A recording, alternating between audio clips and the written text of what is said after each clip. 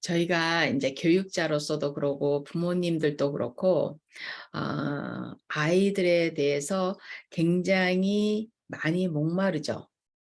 해도 끝이 안 나고 계속 무언가 좀 더 할 수 있을 것 같고 우리가 마음이 많이 조급해지고 더군다나 아이들이 장애가 있게 되면은 부모님 마음은 괜찮아, 괜찮아 하다가도 또 어느 순간에 보면은 굉장히 조급해져요. 조급해지고 아이가 자꾸 커나가는 것이 무섭고 아이가 이렇게 해서 자라게 돼서 나중에 가서 후회할 일이 생길까 봐 무섭고 그거는 모든 부모님들이 다 그런 것 같아요. 제가 이제 어느 방송에서 어떤 분이 이야기하시는 걸 들었는데 그분이 굉장히 사회적으로 많이 존경하고 굉장히 이제 잘 나가시는 분이라는 말이겠죠. 그랬던 분인데 그분이 우연히 아이들과 같이 있는 모습을 한번 본 적이 있는데 아이들과 같이 있는 그분의 모습은 전혀 다른 사람이었다고 이런 말을 해요. 그러니까 그 말은 결국에는 우리가 부모가 된다는 일이 또 부모로 산다는 일이 우리가 개인적으로 우리 일에서 빚을 내고 우리 일에서 뭔가 성취를 하고 또 다른 사람들이 우리를 이제 일하는 사람으로서 인정해주고 이러는 거하고는 또 다르게 굉장히 많은 무거움이 있죠. 저도 마찬가지로 교육자이고 또 제가 선생들을 트레이닝을 하는 사람이고 교육을 하는 사람이고 이러기 때문에 어떻게 보면 선생들의 선생님인데 그럼에도 불구하고 제가 2명밖에 안 되는 아이들을 키우면서도 저에게 계속 질문을 던지면서 아이들을 키우면서 저도 똑같이 그런 불안함이 있었고 혹시나 이 시간이 지나가서 후회할 일이 생기면 어떡하는가 싶고 항상 이게 최선인가를 저한테 계속 물어봤던 것 같아요. 물어보면서 많이 이제 큰아이를 데리고 실험을 하게 되고 그러니까 둘째 아이보다는 큰아이를 키우면서 많은 질문을 하게 되고 그러면서 지금도 아직까지도 잘 자라서 잘 자기 일을 하고 있는 아이를 보지만은 순간순간 이렇게 만나면은 옛날 기억이 이렇게 떠오르면서 다시 그 시간으로 돌아가서 그때 지금만큼만 알았으면 하면서 다시 하고 싶은 생각이 이렇게 많이 들 때가 많아요. 그래서 부모라는 자리가 정말 끝없이 목이 마르고 끝없이 후회가 되고 그러면서도 또 한없이 또 나를 자책하고 이렇게 되는 것 같아요. 근데 우리가 아이들을 교육을 하는 데 있어서 아이들을 이제 가르치는 것이 어떻게 보면 이제 아이들을 키우고 또 교사들은 가르치고 이러는 것들이 무언가 아이들을 이제 만들어가는 것 같은 과정이 드니까 우리가 무슨 이 찰흙이라든지 그죠? 플레이도우 같은 걸로 우리가 무언가를 조형물을 막 만들어 가가지고 우리가 좀 더 스킬이 있고 기술이 있고 이러면 아이들이를 잘 만들어서 멋있는 아트 예술 작품이 될 것 같고 그런데 내가 조금 한순간에 어떤 실수를 하면 아이들에게 많은 영향을 미쳐서 나중에 아이들에게 원망도 들을 것 같고 이제 이런 생각이 드는 것 같아요. 그래서 이제 오늘 또 짝하고 같이 이제 제 오피스를 제가 이제 대학의 오피스로 옮기면서 아직도 이제 그전에 쓰던 데를 청소를 못 해가지고 거기를 청소하러 이렇게 가면서 이제 그런 이야기를 했었어요. 우리 이제 큰아이 이렇게 키우는 얘기를 하면서 아, 아이가 저희가 둘째 아이만큼 큰아이가 그렇게 힘들어하고 그런 거를 알고는 있었는데 무언가를 자꾸 해줘야 된다는 생각을 했지 그냥 그 아이 옆에서 힘들어하는 그 아이의 마음을 엄마가 알아주면서 조용히 옆에 있어주는 것만으로 그게 어떻게 보면은 최선이었을 텐데 자꾸 이제 도와주고 싶은 마음에 아이가 그러는 것이 안타까워서 아이에게 자꾸 물어보면서 어 이렇게 뭔가를 해주고 싶어서 그런데 사실은 우리가 그렇잖아요. 마음이 뭐 부부싸움을 했든 아니면 친구하고 문제가 생겼든 아니면 직장에서 문제가 생겼든 우리가 막 마음이 그렇게 괴로울 때는 아무도 나에게 말을 안 하고 좀 가만히 나를 놔뒀으면 하는 그 마음이 간절하잖아요. 그럴 때 이제 아이들이 뭐 와서 엄마한테 칭얼거린다든지 아니면 남편이 와가지고 뭐라 그러면 이제 폭발을 하게 되잖아요. 그냥 그럴 때는 이제 뭔가 어디 섬인가 어디로 막 가서 혼자 숨어서 그냥 가만히 그 순간에 나 혼자서만 그 순간을 견디다가 그러고 이렇게 나오고 싶은 그죠? 그것이 끝나고 나면 나오고 싶은 그런 생각이 들 때가 많은데 이제 우리 아이들도 특히나 사춘기에 있는 아이들 같은 경우도 결국에는 엄마가 무언가를 해주겠다고 자꾸 해주고 싶어서 자꾸 아이한테 말을 걸고 하는 것들 자체가 아이에게는 너무나 힘든 저도 이렇게 저의 이제 어린 날을 이렇게 생각을 해보면 집에 와서 정말 누군가가 나 혼자만 쓰는 방이 이제 방이 동생들하고 같이 썼는데 나 혼자만의 방이 있어 가지고 정말 마음이 그렇게 괴로울 때는 혼자 좀 있고 싶은데 혼자 있을 곳이 하나도 없다는 게 가장 힘들었었어요. 그때 생각에 이렇게 돌아가서 생각을 해 보면. 그런 걸 제가 아는데도 우리 인제 큰아이가 자리를 옮기고 제가 인제 다른 동네로 우리가 이사를 가 가지고 거기서 친구도 한 명도 없고 이렇게 하면서 아이가 또 사춘기하고 맞물리면서 이렇게 하면서 아이가 인제 쪼금 그전의 아이하고 다르게 깊이 자기 혼자 자꾸 있게 되고 이런 모습을 보니까 인제 안타깝고 또 부모로서는 죄책감도 들고 막 이러니까 아이를 인제 자꾸 인제 "이야기해 봐. 뭐가 힘든데." 뭐 이렇게 했던 그 기억이 지금 생각하면 너무너무 어리석었던 거예요. 그냥 내 엄마가 아빠가 내가 지금 이렇게 힘들어하고 있다는 거를 알고 알아 있 알 인제 알아주면서도 말을 안 하고 그냥 묵묵히 옆에서 자기 옆에서 "그래." 하면서 "내가 알고 있지. 많이 힘들지." 하는 그 느낌만으로도 아이에게는 굉장히 많은 힘이 되고 결국에는 아이가 굴속에 만일에 들어갔다면 그 굴속에서 아이가 나와야 되잖아요. 아이가 나와야 되는 거잖아요. 우리가 어떻게 끄집어내 줄 수가 없는 일이기 때문에.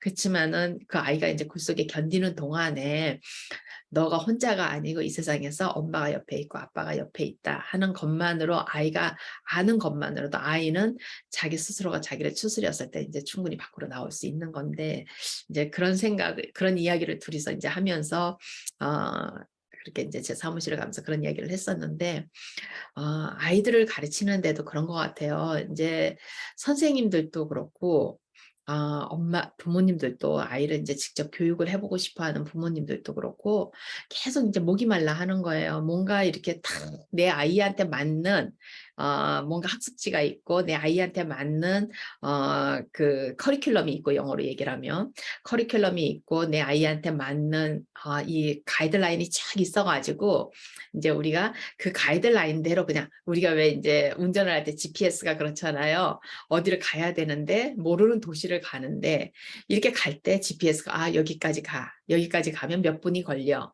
또 여기 가면은 휴게소가 있어. 그러면 그 휴게소 다음에는 휴게소가 예를 들어서 뭐 5km에 있어. 10km에 있어. 10마일 안에 있어. 그러면 여기서 밥을 먹어야겠구나 하고 우리가 미리 계획을 할 수 있게 GPS는 잘 안내를 해 주잖아요. 그래서 인제 우리가 그런 거를 로드맵이라 그러잖아요. GPS가 나오기 전에 우리가 이제 큰 아틀라스 같은 로드맵을 가지고 우리가 어디를 갈 때는 그 지도를 가지고 이렇게 쭉 길을 가면서 여기 가면 여기까지 가면 요 도시가 나오고 여기까지 가면 요 도시가 나오고 이렇게 하면서 인제 우리가 갈 수 있었단 말이에요. 그래서 지도가 잘 돼 있으면은 굉장히 마음이 편안하고 우리가 낯선 도시를 가도 전혀 그 낯선 도시 가는 것이 힘들지 않았었어요. 그런데 이제 요즘 같은 시기에는 이제 그러니까 GPS처럼 우리가 이제 아이들을 가르치는 데에도 그랬으면 좋겠는 거예요. 이제 꼭 아이들 키우는 것만이 아니라 뭐 부부 생활을 이제 결혼을 해서 부부 관계를 해도 그렇고 부부랑 같이 이제 부부가 하나의 가정을 이루는 데서도 그렇고 또 아이들을 키우는 데도 그렇고 모든 것들이 우리에게 "이렇게 해 줬으면 좋겠어." 이렇게 해 줘 인제 그거를 우리가 영어로 얘기를 하면 direct instruction이라 그래요. 인제 선생님들이 주도가 돼서 주로 인제 한국 교육이 그렇잖아요. 선생님들이 딱 학습안이 쫙 나와 가지고 선생님들은 그대로 이렇게 가르쳐야 되잖아요. 그렇게 그런 것처럼 우리 교과서가 다 그런 거 아니에요. 교과서가 교과서대로 해서 인제 1 학년 뭐 첫 번째 레슨은 뭐고 두 번째는 뭐고 이렇게 쫙 나와 있잖아요. 그러면 거기에 맞춰 가지고 선생님들이 인제 학습 계획안을 짜기도 하고 이렇게 하는데 이 특수교육이 좀 힘든 게 특수교육은 그게 없는 거예요. 제가 그전에 이런 강의를 했었잖아요. 한국에는 아마도 교과서가 있을 거라고 그랬는데 미국에서는 이제 그런 게 없어요. 근데 이제 부모님들 중에서 이제 조금 아이들이 왜냐면 선생님들이 학교에서 하는 것이 부모님 마음에 안 들거나 아니면 차지를 않고 또 맞는 방향이라고 생각을 하지를 않고 우리가 항상 그렇잖아요. 내 아이가 있지만은 우리가 선생님이 그렇게 하지 않는다 그래 가지고 우리가 선생님 우리가 조절을 할 수 있는 게 아니잖아요. 선생님은 컨트롤할 수가 없잖아요. 그러면은 인제 부모님이 집에서 인제 저는 집에서 인제 부모님들한테 직접 선생님처럼 학습을 해 보라고 이렇게 추천을 하는 쪽인데 그러다 보면 인제 부모님들이 어디로 가야 될지 이제 갈팡질팡하게 된단 말이에요. 그런데 모든 그 교육에 있어서는 우리가 이 우리 아이한테 특히나 이제 아이가 장애가 있는 아이들이면 우리 아이한테 딱 맞는 교과서가 없어요. 그래서 우리가 이제 개별화 교육 IEP라는 게 있잖아요. 그렇지만 그거는 택도 없이 부족하죠. 그것만 가지고 믿고 있다가는 아이들이 어느새 이제 훌쩍 크면서 오히려 장애가 더 깊어지거나 더 안 좋아지는 건 있어도 더 이렇게 아이가 장애가 있음에도 불구하고 거기에서 나와서 아이가 자기 길을 이렇게 갈 수 있을 정도의 능력을 갖추게 이렇게 아이를 교육을 하고 키울 수 있는 정도가 택도 없이 부족하단 말이에요. 우리가 개별화 교육만 가지고는. 그러니까 어떨 때에는 법이 있는 것이 사람들이 흐트러지지 않고 이 안에서 이렇게 쭉 가는 그 역할도 하지만 또 법이 어떻게 보면 사람들의 선생님들의 아이들을 가르치고 싶어 하는 그 어떤 그런 선생님의 그 자유로움을 또 막는 경우도 있거든요. 그래서 개별화 교육이라는 IEP가 잘 만들어지면 그게 딱 맞죠. 왜냐하면 개별화 교육이니까 아이 한 명 한 명에 맞춰가지고 이 아이가 부족한 부분을 선생님이 계획안을 짜가지고 선생님이 가르칠 수가 있잖아요. 그렇지만은 그것이 이제 선생님의 능력에 달려 있잖아요. 이 선생님이 그런 거에 센스가 있고 선생님이 지식이 있고 선생님이 스킬이 있으면 그게 너무너무 좋은데 만일에 선생님이 그런 능력이 없으면 어떻게 돼요? 이제 선생님이 갈팡질팡하게 되고 개별화 교육 1년 계획인데 거기에 이제 뭐 교육에 관계되는 내용이 뭐 한 서너 개밖에 없다든지 뭐 네다섯 개밖에 없다 그러면은 1년 동안에 아이가 허송세월을 하게 되잖아요. 그러면 그걸 지켜보는 부모님은 너무너무 안타깝단 말이에요. 그래서 제가 이제 여러 강의에서 계속 이야기를 했던 것이 이제 제 유튜브에 올라와 있는 강의에서 계속 얘기를 했던 게 기본적으로 아이들을 그러니까 뭐 장애 이런 걸 다 떠나가지고 아이들을 이해해야 되는 거예요. 아이들이 크는 데 있어서 왜 장애가 있는 아이와 장애가 없는 아이의 차이가 무엇인가를 만일에 우리 아이가 장애가 없었으면은 어떤 부분에 있어서 우리 아이가 잘 자랐을 것이라는 거, 잘 자랐다는 말이 무슨 의미라는 거, 아이가 그 시간대에 맞춰가지고 2살 아이면 2살 아이에 맞춰서 3살 아이면 3살 아이에 맞춰서 4살 아이면 4살 아이에 맞춰서 아이가 무엇을 어떻게 개발이 되어가지고 이제 발달이 돼서 아이가 어떤 능력을 가져야 된다는 거를 이해를 해야 되는 거예요.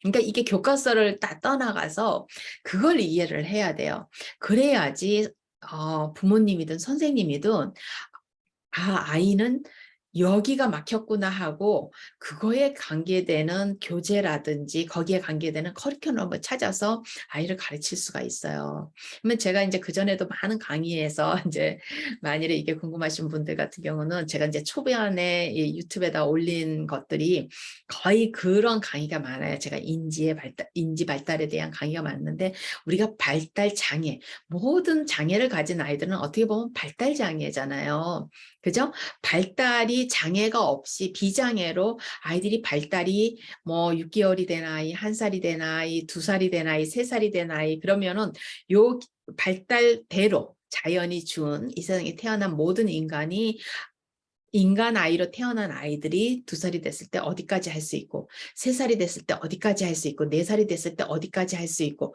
그거를 이해를 해야 되는 거예요.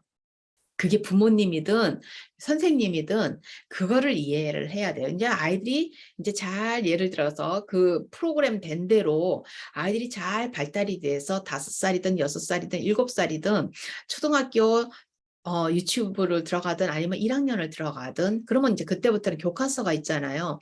그러면 이 학교에서 만들어 놓은 모든 이 학년 교과서들은 기본적으로 아이들이 학교 들어오기 취학연령 전까지의 이 발달 단계가 이제 이런 말을 쓰면 그하지만은 정상적으로 그죠? 우리가 프로그램 된 대로 아이들이 특별히 뭐 부모님들이 막 뭐를 하지 않아도 부모님들이 제때 먹여야 될 때 먹여주고 또 건강하게 먹일 수 있을 때 건강하게 먹이고 또 아이들이 운동을 하고 놀려고 할 때 마음껏 놀게 해주고 이렇게 하면 아이들이 그냥 알아서 그죠? 알아서 배울 거 배우고 잘할 거 잘하고 그리고 제가 이제 많이 쓰는 그 intellectual curiosity라는 게 그 intellectual curiosity가 모든 인간은 인텔리전스가 있잖아요.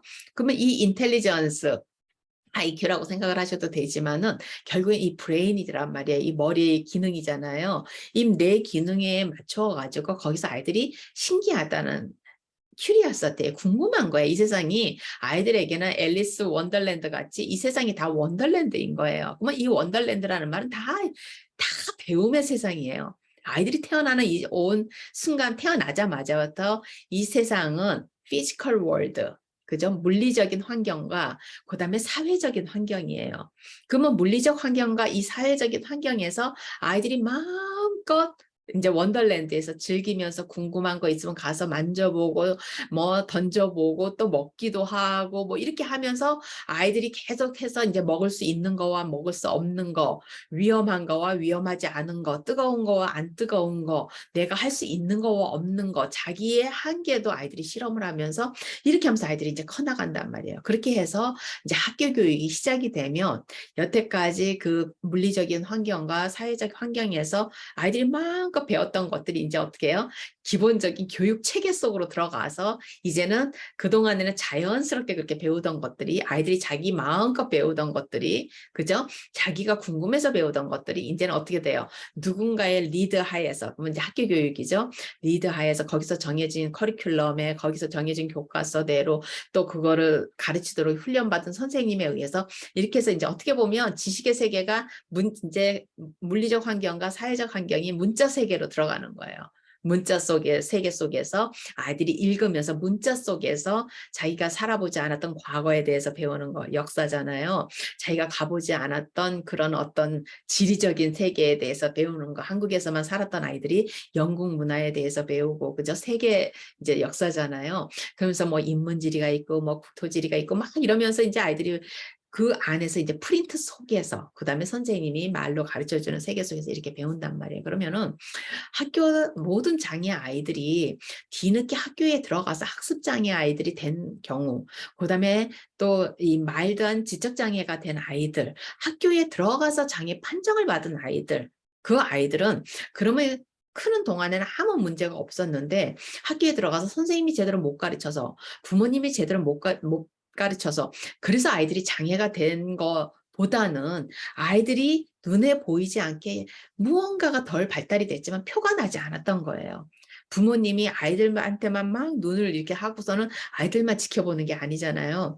그러다 보니까 부모님들이 아이들이 뭔가가 늦는 거를 캐치를 못했을 경우도 있고 또 아이가 그렇지만은 약간 다른 아이들이 100만큼을 아이들이 발달을 한다면 내 아이는 어쩌면 한 80만큼만 90만큼만 발달이 돼서 10과 20 정도가 부족한데 요거를 학교에 들어갔을 때 선생님이 재치 있는 선생님이 얼른 발견하고 아이를 그쪽을 메워줬으면 아이가 이제 처음에 뭐 5살, 6살, 7살 때 1학년 뭐 이럴 때 아이가 좀 헤매다가 2학년까지 이렇게 하다가 3학년부터 아이가 이제 쫙 올라갈 수가 있는데 요 어릴 때 요 만 5살, 6살, 특히나 피아제가 말하는 그 7살, 그럼 6살 말이잖아요. 7살 초까지니까 요 6, 7년의 시간 동안에 아이가 발달해야 되는 게 무엇인가를 선생님이든 부모님이든 잘 이해를 해야 돼요. 그거를 이해해야지만 커리큘럼이 필요한 게 아니라 그거를 이해를 하면 내 아이에게 맞는 커리큘럼이 무언가를 아는 거예요.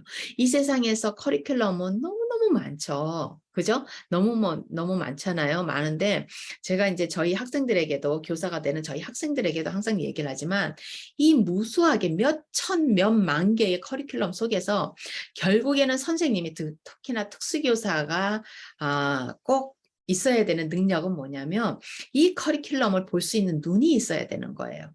커리큘럼이 어느 커리큘럼이 진짜 커리큘럼이고 이것이 진짜로 아이들을 교육하는 데 맞다 안 맞다를 선생님이 그 커리큘럼을 보면 알 수 있어야 되는데 그 커리큘럼을 선생님이 읽는다 그래서 알 수 있는 게 아니에요.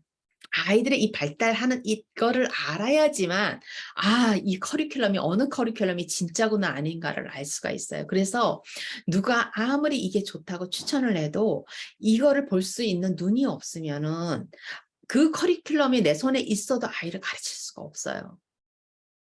아이를 가르칠 수가 없어요. 그렇기 때문에 제가 이제 얼마 전에 만들어서 올린 영상에도 말씀을 드렸지만은 아이들이 발달하는 거에는 5가지라 그랬잖아요. 이제 크게 얘기해서 5가지, 디테일에 들어가면 훨씬 많지만 결국에 인지 능력이라는 거는 우리가 이 인지 능력이잖아요. 이 인지 능력이 다예요. 인간은 브레인이 다인 거예요. 어떤 뭐를 우리가 이렇게 뭐 이게 눈으로 보이는 정보든지 귀로 듣는 정보라든지 만져서 듣는 정보라든지 맛을 보는 정보라든지 이 브레인은 이 모든 들어오는 이 정보를 프로세싱을 하는 게 이 인지 능력이잖아요. 그러면 이 들어오는 이 정보가 우리가 지적인 정보만 있느냐, 그 책을 읽었을 때 우리가 이해를 하는 정보만 있는 게 아니라 사회 정보, 사회성이잖아요. 사회성도 다 인지 능력이에요. 정서적인 것도 다 인지 능력이고 운동에 관계되는 능력도 전부 다 인지 능력이란 말이에요. 그러면 이 인간이 가지고 있는 인간과 동물을 구별시키는 가장 큰 게 지적 능력이라기보다는 인지 능력인 거예요. 이 인지 능력이 어디까지 있냐는 거예요. 그러면 요 인지 능력인데 그 인지 능력 메인에 옆에 뭐가 있어요? 언어 인지가 있고 그 옆에 사회인지가 있고 정서인지가 있고 그다음에 뭐예요? 운동 센스라는 또 운동인지 능력이 있어요. 그러니까 이 인지 능력 이 전체에 이 부수적인 있어 이거 우리가 5가지를 가지고 우리가 발달 단계를 체크를 하거든요. 다 옛날에 제가 얘기한 거예요. 이 발달 단계를 체크해서 제가 그랬잖아요. 소아과 의사들이 이제 부모님들이 아기들을 데리고 오면 뭐 3개월에 한 번씩 처음에는 뭐 2개월에 한 번, 그다음 3개월에, 그다음에 6개월, 그다음에 뭐 1년에 한 번 이렇게 쭉 이제 어릴 때는 자주자주 가잖아요. 소아과를. 그러면 이 소아과 의사들이 이걸 체크한단 말이에요. 이 5가지 영역을 아이가 골고루 잘 계획한 대로 마일스톤이라 그러잖아요. 우리가 영어로 얘기를 하면 마일스톤이라거든요. 그거를 아이가 잘 맞춰가지고 그 시기 2살까지는 운동 능력은 어디까지 발달이 돼야 되고 언어 능력은 어디까지 돼야 되고 사회 능력은 어디까지고 정서 능력은 어디까지고 그다음에 머리를 쓰는 이 인지 능력은 지적 능력, 인지 능력은 어디까지인가를 소아과 의사들이 이제 체크를 하잖아요. 근데 소아과 의사가 거기에서 그 모든 걸 다 어떻게 알고 체크를 해요? 그러니까 부모님한테 이제 질문을 해가면서 또 소아과 의사가 약간 의심되는 거는 직접 이렇게 체크도 하면서 이렇게 체크를 한단 말이에요. 이 5가지 영역이 아이가 잘 이제 발달이 돼야 돼요. 그래서 특히나 우리가 이제 제일 많이 봐야 되는 게 이 이제 저는 운동 능력이 운동 센스인 거예요. 이제 아이가 팔다리가 뭐 다 돼가지고 아이가 걸음을 이렇게 걷고 하는 거를 다 할 수 있어도 이 운동 센스를 봐야 되는 거예요. 이 운동 신경의 센스를 봐야 돼요. 그래서 특히나 이제 12개월이 우리가 아이들이 일어서서 이제 걸음을 이렇게 딱 옮겨놓고 혼자서 누가 잡아주지 않아도 아이가 혼자서 일어서서 걸음을 이렇게 걷기 시작하는 게 12개월이잖아요. 근데 아이들이 12개월에 이제 다 못 걷는, 또 일찍 이제 걷는 아이들도 있어요. 그러면 이제 우리가 농담처럼 그런 얘기를 하잖아요. 막 8개월, 9개월, 10개월 때 막 걸었다 그러면은, 이제 엄마 아빠가 막, 드디어 우리가 천재 자식을 가졌어. 막 이러고 굉장히 좋아하는데, 나중에 가서 이 아이들이 ADHD로 판정을 받을 가능성이 많다고 이제 농담처럼 얘기를 해요. 실제적으로 그런 연구도 있어요. 근데 이제 이 마일스톤 12개월을 하는데 아이들이 이때 이제 걷는 것이 늦어지는 아이들이 있잖아요. 그럼 늦어지는 아이들마다 다 차이가 있잖아요. 그러면 우리가 IQ도 다 스펙트럼이 있잖아요. 그래서 심한 지적 장애서부터 천재까지가 쭉 나래비를 쓰잖아요. 그럼 운동 능력도 그럴 거 아니에요. 그다음에 사회성도 그럴 거 아니에요. 정서 능력도 그럴 거 아니에요. 왜냐하면 이 세상에서 우리가 이제 평균 노음 그룹이라 그러잖아요. 표준이라 그러잖아요. 표준 이 노음 그룹을 통해서 이 노음 그룹이 이만큼이면 우리가 이제 벨 커브라 그래가지고 이렇게 벨처럼 생겼잖아요. 종이 이렇게 생겼잖아요. 그것처럼 우리가 벨 커브라 그래서 우리가 아이들이 장애가 있는 아이들은 이쪽으로, 그다음 천재의 아이들은 이쪽. 그래서 우리가 플러스 마이너스 2%. 요 안에 요 벨커브 안에서 요 중간 여기 그러면 이제 우리가 미국에서 IQ 70을 기준으로 해서 우리가 지적장애와 그다음에 지적장애가 아닌 그죠? 일반 아이들과의 이 기준이 우리가 IQ 70으로 따진단 말이에요. 근데 우리가 이제 IQ 70인 아이들이 과연 IQ 70인 아이들이 일반 범주 안에 들어갈 수 있는가? 그러면은 이제 가끔가다 우리가 영화나 이런 걸 보면 IQ 65라 그러는데 상당히 이렇게 지적 장애가 표가 나게 보이는 경우가 있거든요. 그러면 진짜 두 가지 중에 하나예요. 제가 경험한 우리 아이들, 제 학생들, 제가 이제 초등학교에서 가르쳤을 때, 또 제가 이제 아이들을 한국에서 가르치고 여기서 가르쳤을 때, IQ가 60대에서 65 정도 되는 아이들, 70 전에 있는 아이들을 제가 가르친 모든 아이들은 표가 나게 아이들이 지적장애가 아니었어요. 그냥 학교에서 읽기를 아이들이 못 배우고 그래서 그렇지 말도 아이들이 유창하게 했고 전혀 의사소통에 문제가 되는 아이들이 아니었어요. 그러면 이제 두 가지 중에 하나예요. 진짜 트루 IQ 65가 그 정도의 능력이 되는 건지 아니면은 이 아이들이 지적장애가 없음에도 불구하고 아이들이 어휘력이 떨어지고 읽기를 못 배우기 때문에 이 아이들이 지적장애로 나타난 건지 IQ 테스트에서 그렇죠? 그래서 우리가 이제 IQ 테스트를 못 믿는다 그러잖아요. 이제 그런 것처럼 굉장히 다양하단 말이에요. 그러면은 다시 말씀을 드리면은 커리큘럼이 굉장히 궁금하고 우리가 로드맵 같은 그죠? 로드맵, 지도 같은 그런 커리큘럼이 있으면 내 아이를 거기에 맞춰가지고 쫙 그냥 나는 가르치기만 하면 좋을 것 같잖아요. 근데 아무리 로드맵이 좋아도 그 로드맵을 읽을 수 있는 이 기본적으로 부모가 선생님이 이 로드맵을 읽을 수 있는 능력이 안 되면 어떻게 돼요?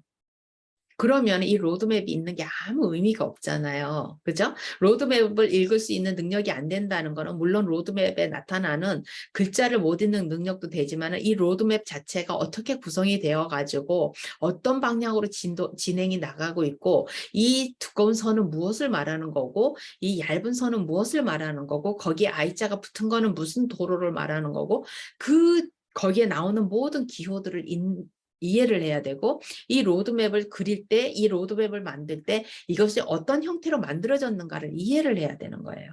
그래야지만 이 로드맵을 우리가 써서 마음껏 우리가 가고 싶은 곳을 아무 곳이나 갈 수 있는 거예요. 그러면 이제 우리나라가 아니고 미국이 아니고 한국이 아니고 예를 들어서 우리가 말이 전혀 통하지 않는 프랑스라든지 이태리라든지 뭐 예를 들어서 뭐 덴마크라든지 이런 데를 간다고 생각을 해보세요. 그러면 우리가 그런 나라의 말을 하나도 이해를 못 하잖아요. 그럼 거기서 GPS를 가지면 그 GPS가 영어가 아니라 프랑스 말로 나온다든지 아니면 독일 말로 나온다든지 이태리 말로 나오면 우리가 전혀 이해를 못 하잖아요. 그럼 거기서 로드맵이 아무리 그 나라 로드맵이 잘 돼 있어도 우리가 쓸 수가 없는 거예요. 근데 거기에서 그림을 잘 이제 표시를 못 읽는 사람들을 위해서 그림으로 잘 표시를 해주고 그 그림을 이제 지도를 쫙 하면서 거기에 나오는 지도마다 이제 글자 옆에다 그림을 하나씩 이제 우리가 이렇게 미국에서 패스트푸드 레스토랑을 가면 맥도날드라든지 버거킹을 가면 글자를 몰라도 사람들이 글자를 못 읽어도 어때요? 음식을 시킬 수가 있잖아요. 그림이 있기 때문에 그러면 그림에서 적어 달라 그러고 아니면 뭐 넘버 원 달라 그러고 1번 달라 2번 달라 이렇게 해서 우리가 할 수 있잖아요. 그것처럼 로드맵이 그렇게 돼 있으면 이제 기본적으로 따라는 갈 수 있지만 깊게 무언가를 우리가 불안하지 않게 우리가 쭉 갈 수는 없다는 거예요. 그래서 우리가 아이들을 이해를 해야 되는 거예요. 이 5가지 능력에서 소셜이라면 사회성이라면 이 사회성을 정확하게 우리가 아이들이 사회성을 일반 아이들처럼 사회성을 정상적이란 말을 제가 쓸게요. 이거는 이제 우리가 서로가 이해를 하기 위해서 아이가 규정된 대로 프로그램된 대로 정상적으로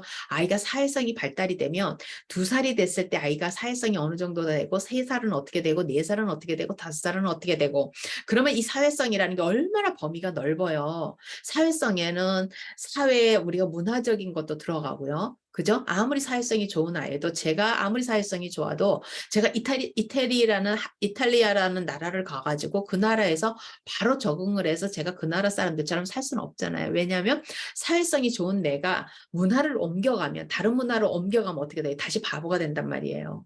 그 나라를 따라갈 수가 없게 돼요. 제가 이제 바보라는 표현을 써서 죄송한데 그렇게 된단 말이에요. 그 바보라는 의미는 그 나라에서 무언가를 스마트하게 따라가지 못하는 사람이 된다는 거예요. 이런 거는 순간적인 일이에요. 아이들이 IQ하고는 아무 상관이 없고 사회성하고도 아무 상관이 없는 거예요. 그래서 아무리 한국에서 똑똑하게 잘 나가던 사람도 예를 들어서 이 사람이 저같이 이제 32살에 제가 미국으로 옮겨 앉았다 그랬잖아요. 이렇게 옮겨 앉으면 제가 미국 사회에서 처음 시작할 때 저는 아무것도 모르는 그야말로 지적장애와 같은 그런 모습으로 제가 보이고 지금도 그런 모습을 보이고 요즘도 제가 이제 대학에서 어느 보직을 하나 맡아가지고 일을 하는데 제가 그런 어떤 그 사회성에서 아주 미묘한 인간관계에 있어서의 그 센시티비티에 대해서 제가 많은 생각을 하게 된단 말이에요. 왜냐하면 저는 한국에서 일하고 한국에서 교육을 받았기 때문에 무슨 일을 할 때 책임감을 가지고 일을 하게 되니까 어떤 다른 사람을 푸시를 하게 되고 또 내가 원하는 시간만큼 요만큼의 이 사람이 일을 안 해놓으면은 안 했니 하고 자꾸 체크하게 이렇게 하는데 이 문화는 그런 문화가 아닌 거예요. 그래서 제가 어느 순간에 이렇게 딱 보면 사람들이 굉장히 불편해하는 거예요. 그러면 저는 굉장히 도전적인 사람이 된단 말이에요. 그럼 한국에서는 제가 일을 잘하는 사람이라고 인정을 받지만 미국 사회에서는 아무리 일을 잘해도 사람들과 다 어울려서 조금 더 떨어지더라도 속도가 좀 처지더라도 사람들과 어울려서 잘 같이 하지를 못하면 나는 리더가 될 수가 없는 거예요. 그러면 이제 나의 욕심과 내가 일 잘하는 거를 약간 스탑을 하면서 사람들 일 안 하고 처져 있는 사람들을 끌고 나가서 내가 같이 할 것이냐 아니면 내가 그냥 다 후딱 해버릴 것이냐. 내가 후딱 해버리는 게 속은 편하니까 후딱 해버린단 말이에요. 그러면은 상대방은 어때요? 자기 일을 내가 해버렸기 때문에 고마워하기보다는 자기를 바보로 만들어버린 꼴이 돼버리는 거예요. 여기서 말하는 이 바보라는 의미가 지적장애아를 말하는 게 아니라 어느 사회에서나 뭔가 처지고 못 따라가고 뭔가 둔하고 이렇게 되면 이제 그런 상황이 돼버리는 거예요. 그래서 우리가 사회성이라는 것도 굉장히 범위가 어떻게 보면은 지적인 문제보다도 더 범위가 넓어요. 그러면 아이들이 아무리 사회성이 좋은 아이들도 어때요? 문화를 이해를 못하고 우리가 이제 에스퍼거를 보면 어때요? 에스퍼거를 가진 아이들이 얼마나 신드롬을 가진 아이들이 얼마나 똑똑해요. 말도 잘하잖아요. 근데 뭐가 떨어져요? 사회성이 떨어지다 보니까 사회 언어가 떨어지는 거예요. 사회 언어라는 건 사람과 사람 사이에서 언어보다는 어때요? 사람과 사람의 얼굴 표정을 보고 눈치를 보고 사람의 표정 그걸 읽고 거기에 맞춰서 내가 대응을 하는 거기 때문에 언어는 2차가 돼 버리는 거예요.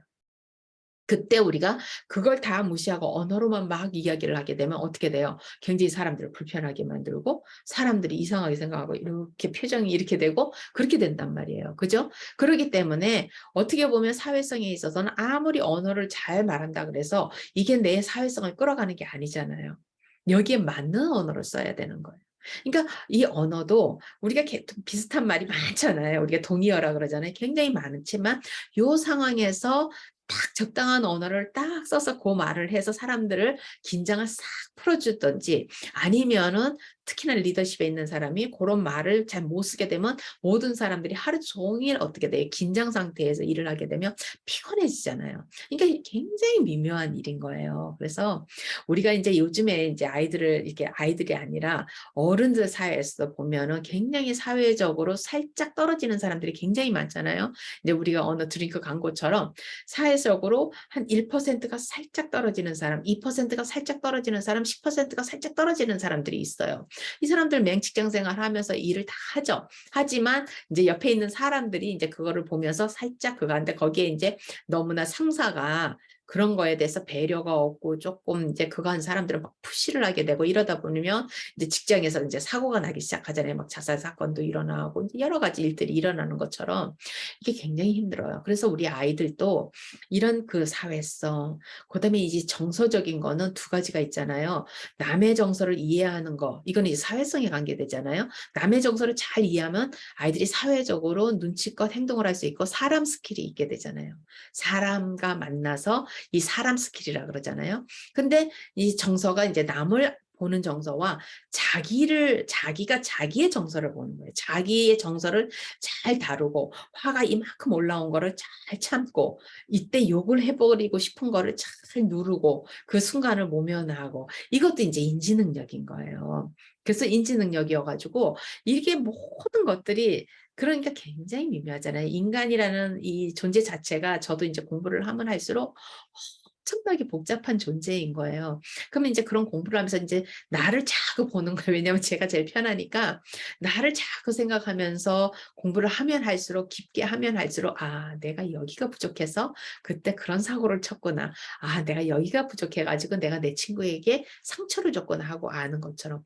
그래서 이제 이 부모님이나 선생님들도 요 부분을 이제 우리가 심리학이잖아요. 이거는 인지 심리학이고 발달 심리학은 지금 가장 크게 인지 심리학과 이제 행동 심리학이 있거든. 발달 심리학, 행동 심리학. 그러면 이제 발달 인지 발달이잖아요. 행동 발달이 있고요. 그러니까 지금 가장 큰 두 줄기가 인지 심리학과 인지 교육 심리학, 그다음에 이제 행동 심리학이 있잖아요. 그럼 behavior psychology잖아요. 그럼 이 두 가지가 지금 에듀케이션에 이제 주류를 이룬단 말이에요.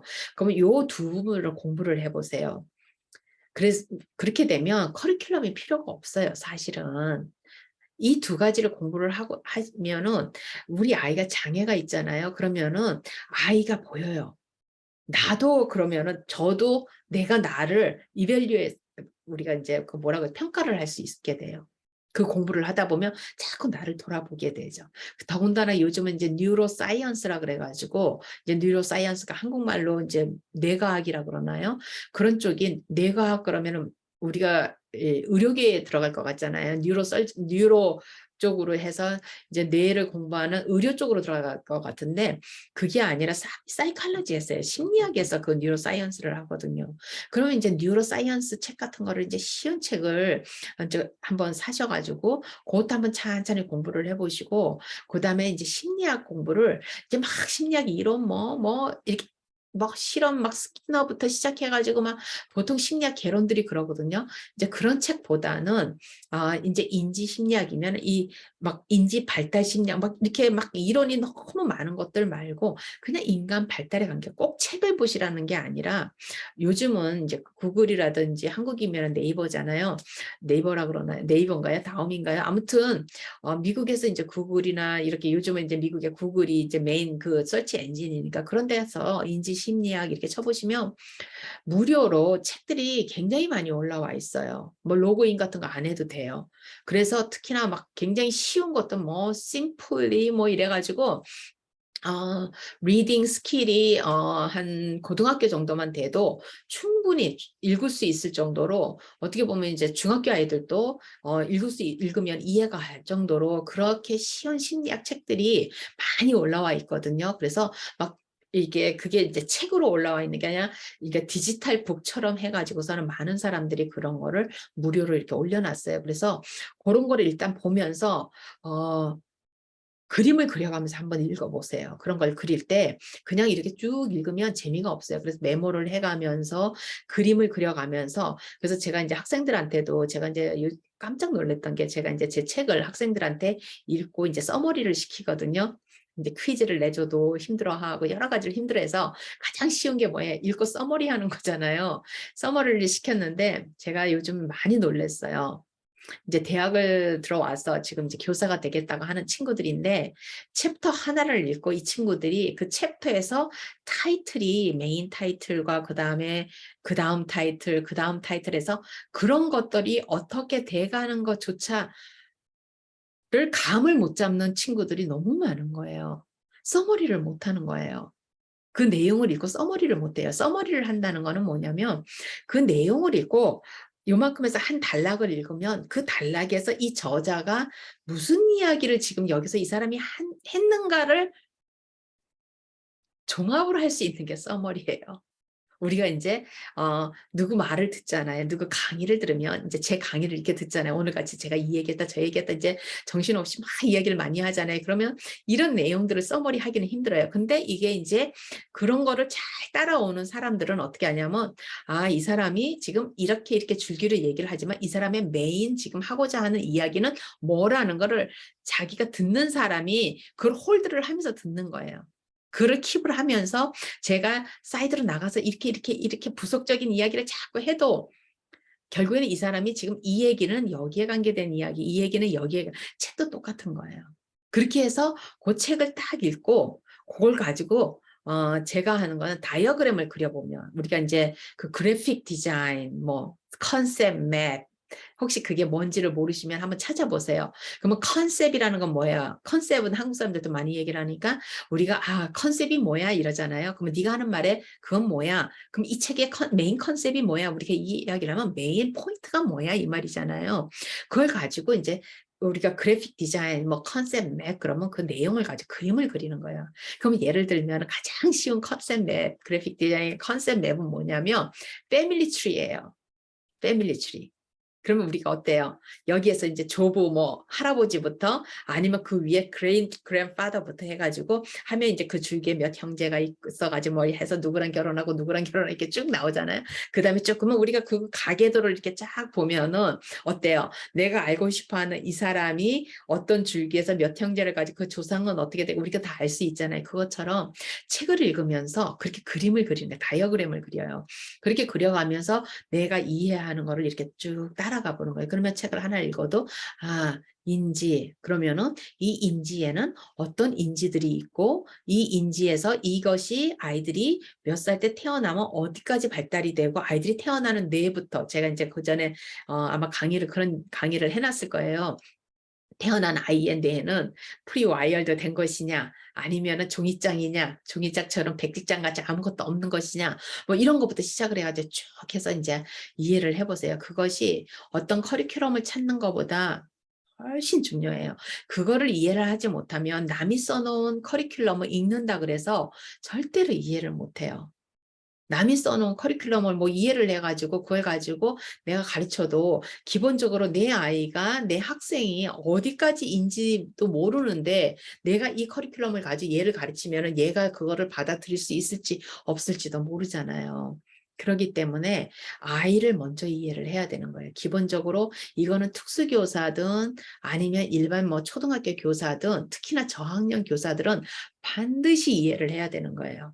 이 아이들이 태어나자마자부터 탄생, 아이들이 태어나자마자부터 이 학교 취학 연령까지의 그 아이들이 자라가는 그거를 아이들이 무엇을 어떻게 발달이 돼야 되고 발달이 안 됐을 경우에는 어디에서 징후가 나타나고 아이가 뭐를 못하면 왜 자꾸 넘어지는지 아이가 왜 자꾸 멀쩡하게 가다가 넘어지고 아이가 예를 들어서 tiptoe 워킹을 하면 왜 tiptoe 워킹을 하는지 아이가 왜 달리기를 잘 못하는지 왜 아이한테 막 뛰라 그러면 이게 흉내만 내지 다리는 잘 움직이지도 않고 스피드도 나오지 않는지 그건 뭐냐면 아이가 다리 능력이 없어서 그러는 건지 아니면 아이가 다리 능력에 가지고 있는 이 센스가 부족한 건지 센스가 안 되면 자기 몸을 자기가 자유자재로 센스가 안 되면 자기 몸을 자유자재로 못 쓰잖아요.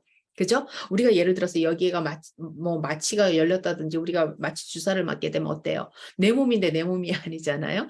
눈으로 보면 내 몸은 있는데 손가락 10개가 다 있는데 어때요? 움직이려고 하면 안 움직여진단 말이에요. 똑같은 거예요. 아이들이 센스가 약하면은 아이들이 네 발이 네 발인데 그 네 발을 120, 150까지 발달시켜가지고 운동선수들 있잖아요.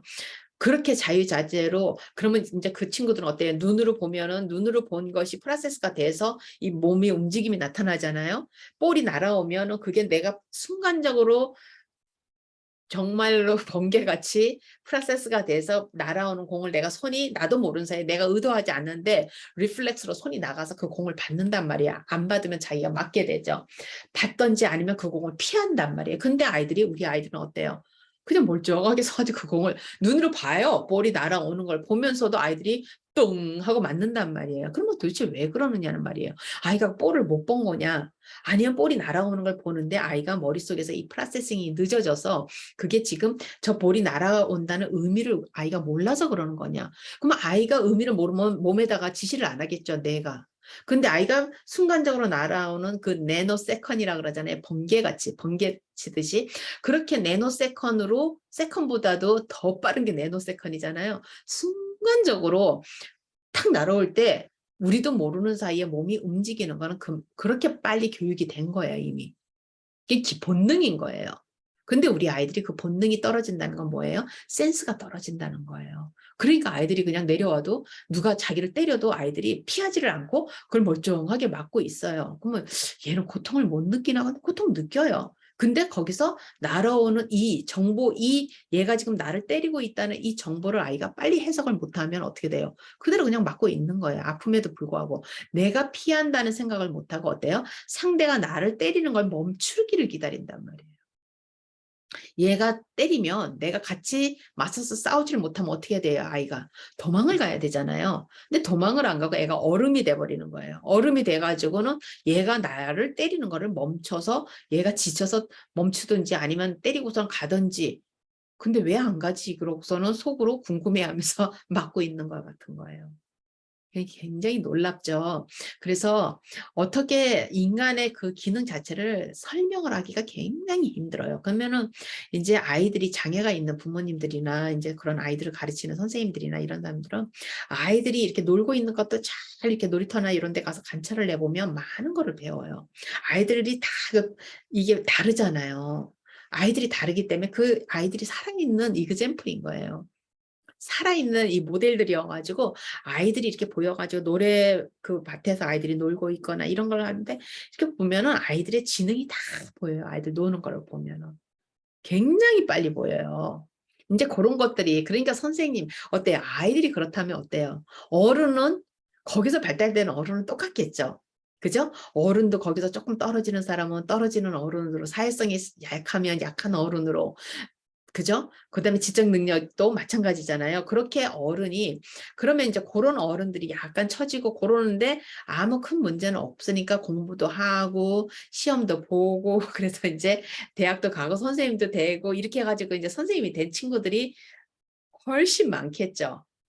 아주 똑똑한 친구들보다는 대부분의 80% 이상의 선생님들은 그냥 지극히 그죠? 그다음에 한 40~50%는 어때요? 조금 처지는 레벨이었겠죠. 그러면 이 사람들이 선생님이 됐다고 생각을 해 보세요. 그러면 이 사람들이 약간의 센스가 떨어지고 사회 센스도 조금 떨어지고 정서 센스도 떨어지고 특히나 정서 센스가 떨어지면 다른 사람의 마음 읽기가 안 되기 때문에 아이들이 힘들어하는 거를 선생님이 저 아이가 무엇 때문에 저렇게 힘들어하는가를 이해를 못 해요. 그럼 선생님 머릿속에는 뭐만 있어요? 표준만 있어요.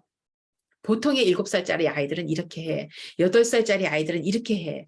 그러면 여기서 이 표준만 있기 때문에 여기서 처지거나 여기서 다른 아이들을 선생님은 다 문제아로 생각을 하고 아이들을 보게 돼요. 그렇게 되면 문제가 많잖아요. 그렇죠? 그래서 선생님이라 그래서 선생님 교육 자격증을 받고 대학을 나오고 자격증을 받고 이렇게 해가지고 선생님이 되었다 그래서 이 선생님들이 전부 다 천재적인 머리를 가지고 너무너무 센스가 뛰어나고 인간 모든 그냥 오감의 센스가 다 뛰어나가지 이 선생님들이 아이들만 탁 보면 이 선생님들은 다 어떻게 가르치는지 알아야 되고 그렇질 않아요. 우리가 부모님들이 아무리 열정이 넘치는 부모님이고 아이를 잘 키워보고 싶은 부모님이어도 지혜가 부족하면 어떻게 돼요? 지혜가 부족하면은 원하는 것만큼 아이들을 못돼 하게 된단 말이에요. 그리고 우리가 제가 처음에 말한 것처럼 수없이 고민을 하면서 아이들을 키운단 말이에요. 그러니까 결국에는 이제 아이들을 키우는 사람들의 부모님들도 지식보단 뭐예요? 지혜인 거예요. 위스덤인 거야.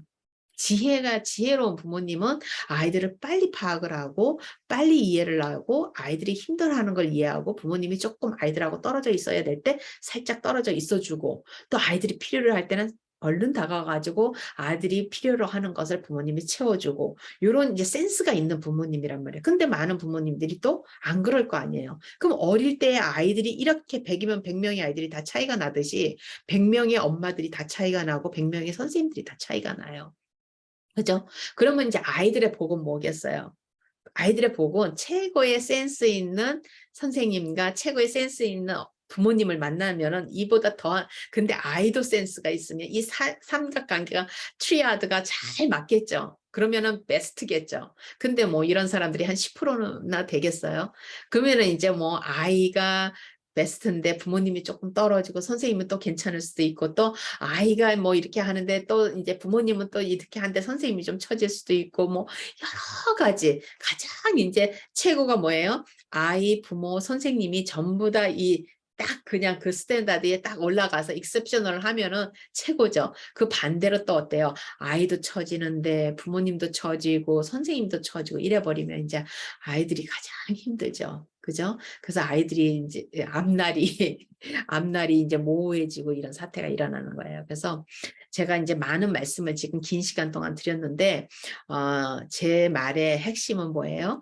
커리큘럼이 그다음 교과서가 아무리 좋아도 아이들을 이해하지 못하고 아이들의 어디에 장애가 있는데 그 장애가 왜 있는지 또 그 장애가 있으면 어떤 문제가 있는지 이런 거를 충분히 이해하지를 못하면 커리큘럼이 내 집안에 무수한 커리큘럼이 있고 학교에 선생님들에게 각종 그 교과서나 참고서 회사들이 무수한 참고서를 보내주고 이래도 선생님이 거기서 어떤 것이 최고라는 걸 찾아내지를 못해요.